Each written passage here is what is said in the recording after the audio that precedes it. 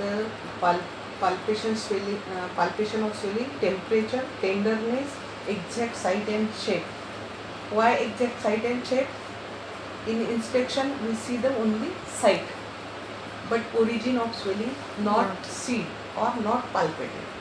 So in palpation we have to see the exact site or exact origin. For what purpose? We can't palpate the root of swelling.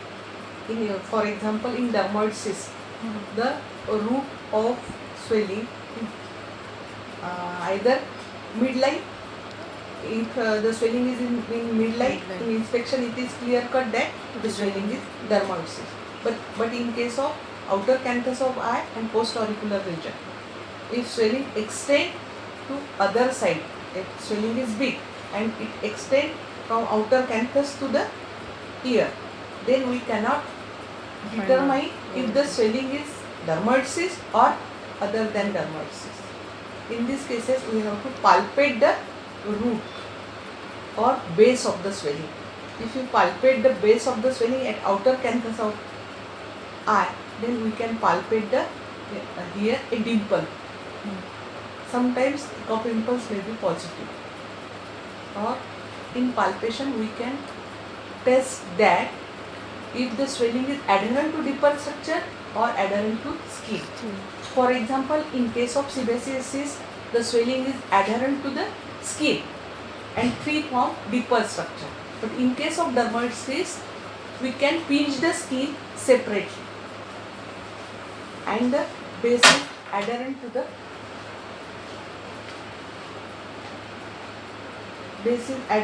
deeper structure. This is the differential diagnosis during palpation. And other cause of palpation and to take the size, shape and extent of swelling is the exact size of swelling, exact shape of swelling, exact depth of swelling. Then surface is important in case of sarcoma and malignant cases. Otherwise the swelling is surface of swelling is normal in other cases. Edges again, in case of edges we can palpate why we can palpate. You have to differentiate the swelling is cystic or tumor. If swelling is cystic, we cannot differentiate the age and the normal skin. Why? When we poke the finger in cystic swelling, it easily poke. If tumor, you cannot poke the swelling. Okay. In case of solid swelling, the slip sign is positive. म्हणजे आपण बोट जर लावलं तर ते tumour एका बाजूला सटकते, आपलं बोट एका बाजूला सटकते. पण जर सिस्टिक स्वेलिंग असेल तर आतलं मटेरियल सॉफ्ट असते, तर आपलं बोट आतमध्ये जाते. अशा वेळेस आपण कॅप्सूल म्हणजे मार्जिन्स आपण डिफरन्शिएट करू शकत नाही. Then the important test is fluctuation test. First test is cup impulse, which we seen in the inspection, and another test is fluctuation test. Fluctuation means the meaning of fluctuation. Changes. नाही तसं नाही म्हणत. Fluctuation शब्दाचा अर्थ सांग. एक वस्तू fluctuation शब्दाचा अर्थ सांग. त्याला एक बरोबर आहे, तुम्हाला कळलं. फ्लक्च्युएशन फक्त ना म्हणजे रिलेटेड नाही, मेडिकल टर्मशी रिलेटेड नको मला फ्लक्च्युएशन शब्दाचा. मुवमेंट म्हणजे हालचाल.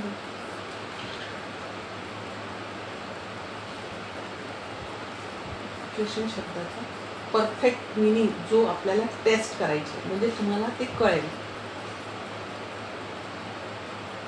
सो आपण हायड्रोसिलमध्ये किंवा सिस्टिक स्वेलिंगमध्ये फ्लक्च्युएशन टेस्ट कशासाठी करतात?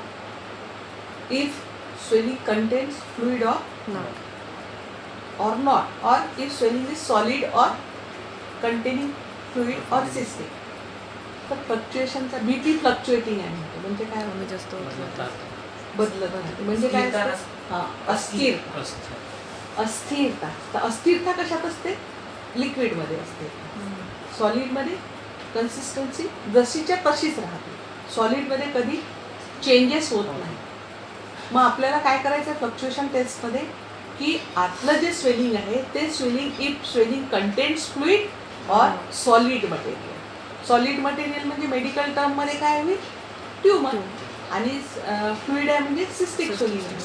तर फ्लक्च्युएशन टेस्ट आपण जनरली सर्जिकल केसेसमध्ये हायड्रोसिलमध्ये करतो. जे स्वेलिंग स्थिर आहे म्हणजे त्याच्यात चेंजेस होत नाही, जे स्वेलिंग रिड्युसिबल नाही but swelling is as it is, irreducible swelling and add it as it is, but if it contains fluid or tumor or solid material. ह्याच्यासाठी आपण फ्लक्च्युएशन टेस्ट करत असतो. आता फ्लक्च्युएशनचा शब्द सांगितला की अस्थिर, तर फ्लुइड हे अस्थिर असते. A swelling fluctuates when it contains liquid or gas. The test should be carried out by one finger of each hand. Sudden pressure is applied on one pole of the swelling. This will increase pressure within a cavity of the swelling and will be transmitted equally at right angle to the parts of its wall. If another finger of the other hand is placed on the opposite pole of the swelling, this finger will be raised positively due to increased pressure within the swelling. This means the swelling is fluctuating. आता swelling fluctuating आहे gas आणि fluid. आता gas असला तर fluctuation taste राहणार नाही, कारण ते फ्लुइडसारखं इकडच्या तिकडे जाणार नाही. समजा आता ही पिशवी भरलेली आहे, याच्यात जर हवा असती तर आपण हात जर फुगा असता त्याच्यात एक हवा भरली असती तर तो हवा भरलेला फुगा असा राहिला असता. त्याला तुम्ही किती दाबा काही दाबा ते प्रेशर नसतं, फक्त त्याच्यात पीट ऑन प्रेशर झालं असतं, बाकी काही नाही. पण आता हे फ्लुइड भरलेलं आहे, असं धरल्यानंतर हे फ्लुइड पूर्ण खाली गेलं, असं गेल्यानंतर हे फ्लुइड इकडच्या दिशेनं गेलं, म्हणजे हे फ्लुइड अस्थिर आहे.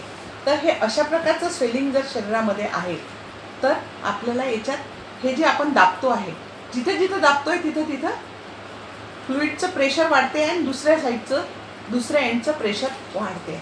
म्हणजे इथं दाबलं तर इथं वाढते आणि इकडे दाबलं तर फ्लुइड इकडे जाते. हे झालं फ्लक्च्युएशन टेस्ट. आपल्याला त्या फ्लक्च्युएशन टेस्टमध्ये हेच पाहायचं आहे की एका पोलला जर तुम्ही प्रेशर दिलं, आता त्यांनी काय सांगितलं आहे की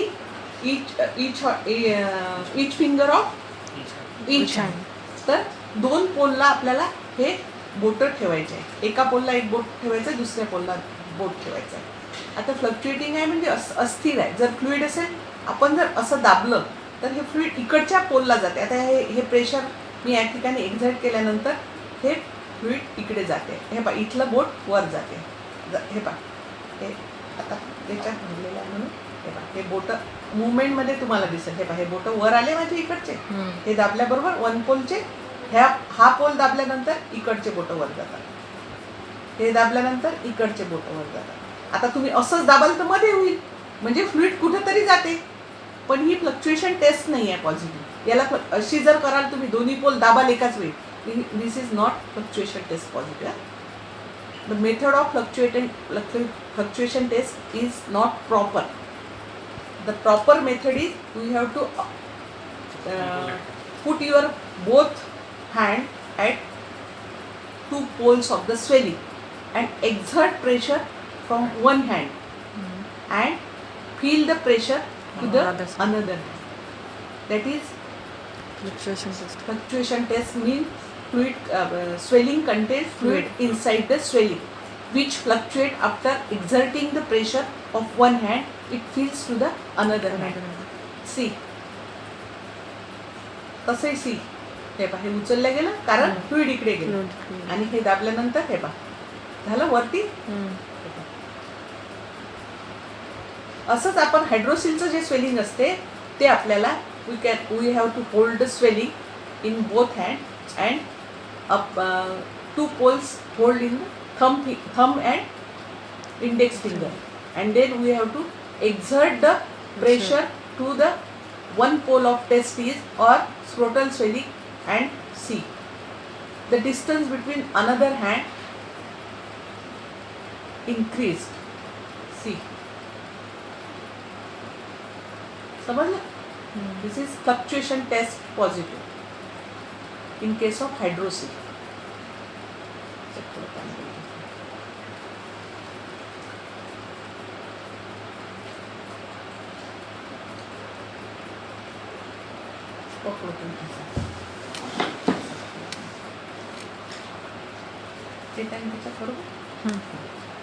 आता हे हायड्रोसिल आहे आणि याच्यामध्ये आपल्याला फ्लक्च्युएशन टेस्ट बिलकुल सेम टोटल साईज अशीच असते आणि आपल्याला फ्लक्च्युएशन टेस्ट पाहिजे. तर we have to exert the pressure from one pole. See the distance between thumb and index finger increase. Then exert a pressure in left hand. See the distance between right thumb and right finger increased. See, this is a fluctuation test done in case of hydrocele. समजलं?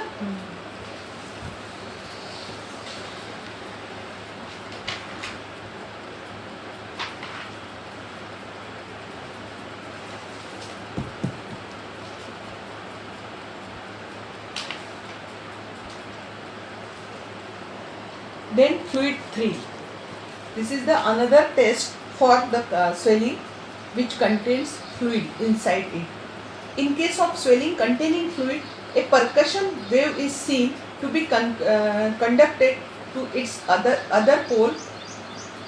When one pole of it is tapped as done in the percussion, in case of big swelling, this can be demonstrated by tapping the swelling on one side with two fingers while the percussion wave is felt on the another side of the swelling with palmar aspect of the hand.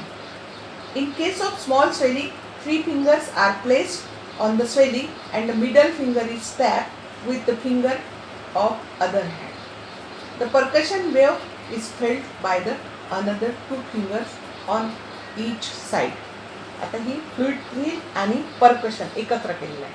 आता fluid thrill जर तुम्हाला पाहायचं असेल तर तुम्ही इथं हात ठेवल्यानंतर हे जर असं टिपला असं मारलं तर याच्यात फ्लुइड आहे, याचे तरंग ह्या बोटाला तुम्हाला जाणवतात. That is called fluid thrill. किंवा आपण असं केल्यानंतर आपल्याला एक विशिष्ट प्रकारचं थ्रिल लागते. परंतु आपल्याला परकशननी जर पाहायचं असेल तर we have to percuss the swelling in such way. तर हे जे थ्रिल आहे ह्या 2 बोटांना आपल्याला ह्या वेव्ज लागतात. It is called percussion. Percussion कसं करायचं? हा आपला पामर सरफेस आहे तर फिंगर्स दूर दूर ठेवायचे. This is wrong method of percussion. This is a proper method. कशासाठी? ह्या 2 मध्ये जे डिस्टन्स असते त्याच्यातल्या मिडल फिंगरवर जेव्हा आपण टॅप करतो तेव्हा जे थ्रिल निघतात हे ते या 2 बोटांना लागतात. That is percussion. आणि परकशनच्या वेळेस नुसतं तुमचा रिच हलला पाहिजे, असं हातोड्यासारखा नाही. That is not percussion. आणि फक्त ह्या बोटांनी असं सगळीकडे नसतात मारत, या बोटांनी मिडल फिंगरनी ह्या ठिकाणी केल्यानंतर ह्या 2 बोटांना तुम्हाला ते थ्रिल लागते. That is called fluid thrill or feel. म्हणून ही पाल्पेशनमधली हे आहे. Then next important test is transillumination test. This means that the swelling can transmit light through it. Transmit light through it. आपण काचेतून जर लाईट टाकला तर तो दिसतो आपल्याला. किंवा पाण्यातून जर आपण लाईट टाकला टॉर्चच्या, पाण्याच्या क्लिअर फ्लुइड असेल आणि आपण एका बाजूने जर टॉर्च टाकला तर तो लाईट पास होतो. That is called transillumination. इकडे घ्या. तर हे जे आहे हे बघा. आता हे फ्लुइड कंटेनिंग स्वेलिंग आहे समजा आणि इकडून एका ठिकाणाहून लाईट धरलेला आहे. This is wrong method of transmission test positive. This is the proper method. Light pass झाला. जर हा लाईट आता हे खूपच पातळ आहे, म्हणजे ग्लोजी पातळ आहे आणि फ्लुइड आहे, तर अशा वेळेस आपल्याला क्लिअर दिसते. But in case of hydrocele Wien patient skin is dark colour and calcified sac of the hydrocele, then the test will be false negative. किंवा खूप तुम्ही उजेडात केली तरी पण false negative due to dark skin of patient. तर अशा वेळेस काय करायचे? ऑफ द लाईट, सगळे लाईट बंद करायचे. एक रोल करायचा पेपरचा,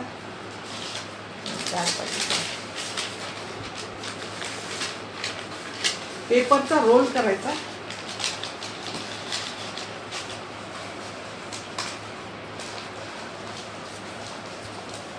आणि डार्क रूममध्ये तशी पण नॉर्मली नवख्या माणसाने ही टेस्ट डार्क रूममध्येच करायची.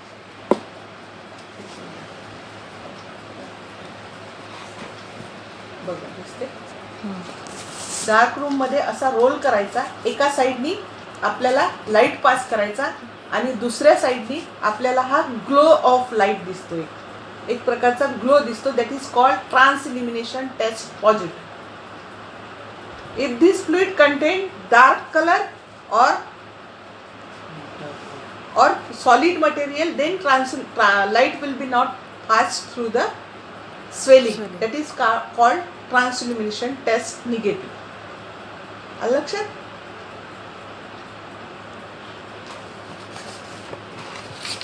आता टाकतो लाईट. त्याचा पेपर आहे का डार्क रंगाचा paper?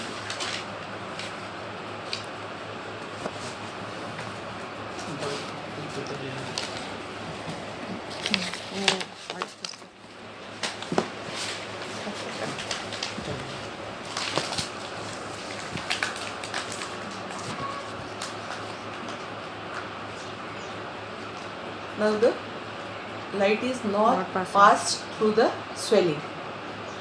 Why? Why not passed? Still light. If it contains solid material Or Dark dark skin. skin. dark skin. Again Calcified. calcification. calcification. Again colored fluid. Colored fluid, pus, hemorrhagic fluid. It can't pass the light. The causes of translumination test negative.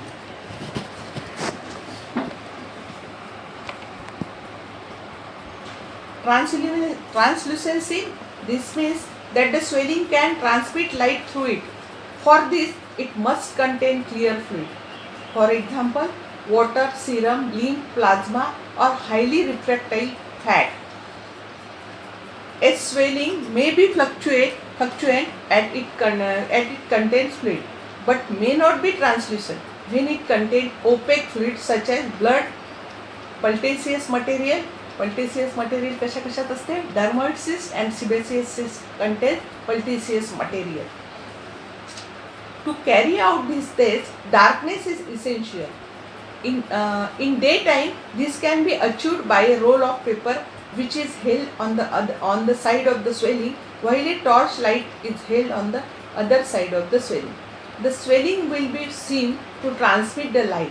If it is translucent swelling, the torch light should not be kept on the surface of the swelling, but on one side of the swelling, while the roll of paper on the other side, so that the whole swelling intervenes between the light and the roll of paper. This will eliminate the possibility of false positive result. जे आपण आता demonstrate केलं तेच याच्यामध्ये सांगितलेलं आहे की तुम्हाला डार्क लाईटमध्ये करायची आहे, डे लाईटमध्ये करायचं असेल तर बंद खोलीत करायचं आहे. आणि स्वेलिंगमधून लाईट अशा प्रकारे पास करायचा की त्याच्यामध्ये कुठलंही अडथळा नको यायला, म्हणून एका साईडनी स्वेलिंगच्या लाईट पास करायचा आणि दुसऱ्या साईडनी रोल घेऊन ते बघायचं. आता नंतरची टेस्ट आहे इम्पल्स ऑन कफिंग. जे आपण इन्स्ट्रक्शनमध्ये पाहिलं होतं, व्हिज्युअली पेशंटला कफ करून करायला पाहिलं होतं, तेच आपल्याला या ठिकाणी पाल्पेट करून पाहायचं आहे किंवा हात लावून पाहायचा आहे. In swelling which are likely to give rise to impulse on coughing are those which are in continuity with the abdominal cavity. तुम्हाला सांगितलं होतं मी की जर abdominal cavityशी संबंधित असेल तर all hernias are positive cough impulse test. Those which are in continuity with the spinal canal, cranial cavity, and those which are in continuity with pleural cavity. 3 cavity सांगितलं होतं, ॲबडॉमिनल कॅव्हिटी, प्ल्युरल कॅव्हिटी आणि spinal canal cavity. तर याच्यामध्ये आपल्याला कफ impulse positive मिळतात. पण आपल्या दृष्टीने सर्जिकल केसेसमध्ये, जनरल सर्जरीमध्ये आपल्याला फक्त हर्नियाच्या बाबतीत ही जास्त हे असते. आणि चिल्ड्रनमध्ये हे examination perform when they cry. Cry. Then next point, reducibility. This means the swelling reduces and ultimately disappears when it is pressed upon. This is the feature of hernia, lympharynx, varicocele, meningocele. These swellings are reducible partially or completely. म्हणजे रिड्युसिबिलिटी म्हणजे आपण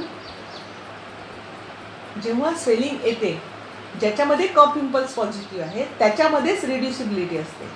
तर हे cardinal signs of hernia आहे. This is reducibility is the cardinal signs of hernia, sign of hernia. म्हणजे जर पेशंटला swelling दिसते आहे खोकल्यानंतर, का बरं घेतला हा सिक्वेन्स? कफ इम्पल्स नंतर रिड्युसिबिलिटी घेतली, कफ केल्यानंतर स्वेलिंग दिसते आहे, पण ते दिसलेलं स्वेलिंग रिड्यूस होते का हे आपल्याला पाहायचं असेल तर if swelling pressed it disappears. म्हणजे हर्नियाचं जर हर्नियल साईडला स्वेलिंग दिसते आहे, आपण हाताने प्रेस केलं तर it disappears. Again varicocele. Varicocele is the disease of pampiniform plexus of spermatic cord. Spermatic कॉर्डचे वेन्स जेव्हा त्याच्यामध्ये व्हेरिकोसिटी होते दॅट इज कॉल्ड व्हेरिकोसिल. किंवा लिम्फ वेसल ज्या असतात स्पर्मॅटिक कॉर्डच्या त्या तेव्हा डायलेट होतात तेव्हा त्याला लिम्फॅरिंक्स म्हणतात. आणि मेनिंगोसिल. पण आपल्याला दोन तीनच गोष्टी महत्त्वाच्या, हर्निया, लिम्फॅरिंक्स आणि व्हेरिकोसिल. ह्या तिन्ही गोष्टीमध्ये जर स्वेलिंग तुम्हाला दिसते आहे, तुम्ही हाताने जर प्रेस केलं तर स्वेलिंग रिड्यूस होते. That is called reducibility. Reducibility is a cardinal sign of hernia, and irreducible swelling is a cardinal sign of hydrosis. Then compressibility. आता compressibility म्हणजे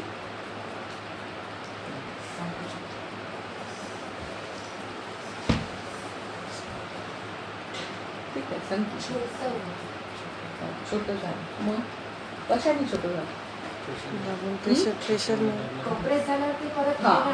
sponge is the ideal example of compressibility. म्हणजे तुम्ही दाबता तोपर्यंत ते compress होते, पण सोडून दिल्यानंतर प्रेशर रिलीज केल्यानंतर as it is that is compressibility. आता हे म्हणजे आपण प्रेशर देईपर्यंत स्वेलिंग रिड्यूस होते आणि सोडून दिल्यानंतर जसंच्या तसं होते. In contraindication to reducibility, compressibility means the swelling can be compressed but would not be disappears completely. Hernia जो असते तो आपण रिड्यूस केल्यानंतर कम्प्लिटली डिसअपियर होतो, परत तो जसाच्या तसा होत नाही. पण कॉम्प्रेसिबिलिटी एकदम त्याच्या अपोजिट आहे की आपण दाबतो तोपर्यंत कमी होते, नंतर ॲज इट इज होते. तर याच्यामध्ये सगळ्यात चांगलं उदाहरण आहे आर्ट्रियल, कॅपिलरी और वेनस हिमेंजिओमा. हिमेंजिओमा जो असतो it may be arterial, capillary और वेनस. हे हिमेंजिओमा व्हेसल्सशी रिलेटेड आहे. म्हणजे व्हेसल्स हे सर्व शरीरामध्ये फिरत असतात, त्याच्यामध्ये कुठेच वॉल्स किंवा कुठेच हे नसते किंवा हर्निएशन झालेलं नसते, फक्त त्या ठिकाणी ते येऊन स्टॅग्नंट होत असते. तर आपण जेव्हा प्रेशर देतो तेव्हा ते ब्लड चाललं जाते, आपण रिड्यूस केल्यानंतर ब्लड परत तिथे येते. म्हणजे कॉम्प्रेस स्पंज सारखंच तिथं मेकॅनिझम होते. लक्षात? That is called compressibility. It is positive in hemangioma. Lymphangioma. Lymphangioma म्हणजे swelling of lymph node. Same तिथं वर्क होते आणि कॉम्प्रेसिबल स्वेलिंग होते.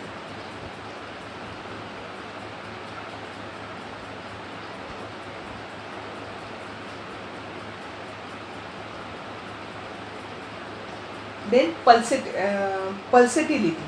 A swelling may be pulsatile if it arises from the artery. Artery मधून जर swelling होत असेल तर स्वेलिंग इज पल्सेटाईल. म्हणजे आपण एखाद्याची पल्स पाहतो तर आपल्याला एक प्रकारचा रिदम, पल्स ज्याने पाहिलेली आहे त्याच्यासाठी पल्स पाहायचं आपल्याला हे पाहिजे. तेच जे पल्सेशन असते ते आपल्याला एखाद्या ठिकाणी स्वेलिंगमध्ये लागते. तर अशा वेळी समजा आपल्याला स्वेलिंग म्हणजे ते बिलकुल सिस्टिक किंवा ट्युमर लाईक स्वेलिंग असते, कॉम्प्रेसिबल स्वेलिंग असते. आता एक एक गोष्ट पहा, तुम्ही लक्षात घ्या. कॉम्प्रेसिबल स्वेलिंग असते. समटाईम्स कफ पिंपल्स सुद्धा पॉझिटिव्ह असू शकतात जर swelling is related with vessel, artery, vessels. तर आपण जेव्हा ते आपण पाहतो तर खोकल्यानंतर ब्लडचं प्रेशर सुद्धा Pressure. वाढतं तर आपल्याला ते थ्रिल लागू शकते. तर ते कफ इम्पल्स पॉझिटिव्ह म्हणजे तो हर्निया नाही, that is pulsation or thrill of vessel. आणि जर if the swelling is very vascular, जर स्वेलिंग वास्क्युलर असेल म्हणजे एखादा सार्कोमा जर असेल आणि त्याच्यात ते हायली वास्क्युलर असतं, तिथे पण पल्सेशन आपल्याला लागेल. पण आपल्याला डिफरन्शिएट करायचं आहे की एक स्वेलिंग दिसते आहे, त्याच्यावरच्या व्हेसल डायलेट आहे, त्याच्या लागत आहे, किंवा एक स्वेलिंग आहे, ते स्वेलिंगच पूर्ण पल्सेटाईल आहे, हे आपल्याला पाहायचं आहे. पहिली गोष्ट की if it is arise from artery, म्हणजे आर्टरीच्या आतमध्ये आहे, की if it is light very close to artery. It is arise from the artery, आर्टरीच्या आतमध्ये आहे, within lumen,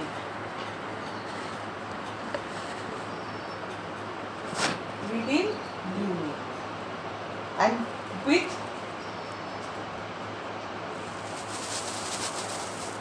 outside the lumen of artery. ह्या दोन गोष्टी खूप भिन्न आहेत. पहिलं काय सांगितलं, अराइज फ्रॉम द आर्टरी, आणि दुसरं व्हेरी क्लोज टू आर्टरी, म्हणजे वॉलच्या क्लोज मध्ये असणे किंवा ल्युमेन मध्ये असणे. ह्या दोन गोष्टी लक्षात घ्या, खूप महत्त्वाच्या आहेत. आणि तिसरं सांगितलं आहे की जेव्हा सार्कोमा असतो आणि सार्कोमामध्ये त्या वेसल्स अशा जात असतात, सार्कोमामध्ये अशा असं जाळं त्यांचं पसरलेलं असतं. सार्कोमा हा झाला सार्कोमा, आणि ह्या झाल्या dilated vessels. These are pulsatile, but here swelling is not pulsatile. The dilated vessels Vessels are- or veins pulsatile, but in this case both are pulsatile swelling. पण याच्यामध्ये काय डिफरन्स राहील, हे ल्युमेन मध्ये आहे, ल्युमेन मध्ये आहे. तर ल्युमेन मध्ये जर असेल, आता हे एखाद्या पाण्यात आपण, तुम्ही ते हे पाहता एखाद्या याच्यात असते, काय म्हणतात, असा बॉल ठेवलेला असते आणि त्याच्यातून तो असं पाण्याचा हे असते, तो बॉल सतत असा हे करत असतो, उडत असतो, काय म्हणतात, फाउंटन. तर तो बॉल असा वरती असा आणि त्याच्या चारही बाजूला पाणी उडत असते, कारण त्या या फोर्सवर ते त्याच्या चारी बाजूला पाणी नसते, एकसारखी धार असते. आणि तोच जर बॉल पाण्यात असला तर तो बॉल असा कसा खुदूक चारी बाजूला. तर तसं हे इथे ब्लड आहे, त्या ल्युमेनमध्ये ब्लड आहे ब्लड, आणि याच्यात हा ट्यूमर आहे. हा ब्लडच्या याच्यातून जशा वेव्ह जातील तसा हा ट्यूमर आपल्याला हाताला लागेल. तर कसा लागेल, चारही बाजूला त्याच्या पल्स लागतील, थाक थाक थाक थाक, म्हणजे ते असं उधळल्यासारखं. याला म्हणतात एक्सपेन्साइड, कारण ते ब्लड आतून याला असं फेकत राहील, तर ते चारही दिशेने आपल्याला लागते. आणि हे जे आहे स्वेलिंग, हे पल्स सोबत खाली वर, एकदा खाली येईल एकदा वर जाईल, एकदा खाली येईल एकदा वर जाईल. That is transmitted. म्हणजे याला जशी पल्स येईल तसं आपल्याला पल्स लागते. तर ह्या दोन प्रकार आहे, एक्सपेन्साइल अँड ट्रान्समिटेड पल्सेशन. तर याच्यासाठी कोणती टेस्ट केलेली आहे, माचीसच्या हे बॉक्सच्या काड्या असतात की नाही, त्या काड्या याच्यावर ठेवायच्या, पण ते शक्य नाही. जर त्या काड्या ठेवल्या तर त्या चारी बाजूनी जर होत असतील, दॅट इज एक्सपेन्साइल पल्सेशन. आणि त्या काड्या जर अशा होत असतील, दॅट इज ट्रान्समिटेड. लक्षात, expansile and transmitted pulsation, pulsatile swelling, and it is very dangerous swelling if you not diagnosed properly. जर तुम्ही आज एखाद्या ठिकाणी जर स्वेलिंग आहे आणि ते तुम्ही साधी सिस्ट म्हणून ऑपरेट करायला घेतली तर आर्टरीशी संबंध असल्यास तुम्ही कशाच प्रकारे वाचू शकत नाही. म्हणून तुम्हाला ह्या test local examination of swelling हे आयुष्यभर कोणत्याही गोष्टीसाठी कामात येऊ शकते. म्हणून हे कधीच विसरायचं नाही. हे basic test taking and swelling chapter all over आयुष्यात कुठेही कामात येण्यासाठी की तुम्हाला हे जर डोक्यात फिट असलं तर तुम्ही दुरूनच डायग्नोज करू शकता. म्हणून सांगितलं आहे की you have to spend time for inspection. जास्तीत जास्त वेळ इन्स्पेक्शनमध्ये फटाफट घाईघाईत लोकल एक्झामिनेशन करायची घाई करू नये. समटाईम्स जर आर्टरीशी संबंधित असलं तर दुरूनच तुम्हाला ते दिसेल. काल त्या दिवशी त्या पेशंटला हात लावायच्या पहिलेच आपण ओळखलं की it is obstruction. Why? Spend the time for inspection. Peristalsis movement तो सापडला का व्हिडिओ? त्या पेरिस्टाल्सिस मुवमेंट हे टाकायचं. Then next point fixity to the overlying skin. मग अशी बोलता बोलता सांगितलं if you have to differentiate if the swelling is adherent to deeper structure or in subcutaneous tissue. Dermoid cyst is fixed to the deeper structure if bony fixity or it may be cranial also in case of outer canthus of post-auricular region. It may be adherent to the cranial cavity also. म्हणून याच्यासाठी taste आहे if you pinch the skin. अशी skin pinch केल्यानंतर जर की skin वेगळी pinch झाली आणि स्वेलिंग खाली वेगळं असलं तर swelling is fix to the deeper structure and free from skin. अशा वेळेस मग तो ट्युमर आहे. The skin is separately. पण सिबेसिस ग्लँड कुठे असतात? Subcutaneous region. म्हणून कुठे राहील ॲडरंट? स्किनला. म्हणून आपण we cannot pinch in case of sebaceous. But in other tumours or swelling you can pinch the skin separate and easily. That is called fixity.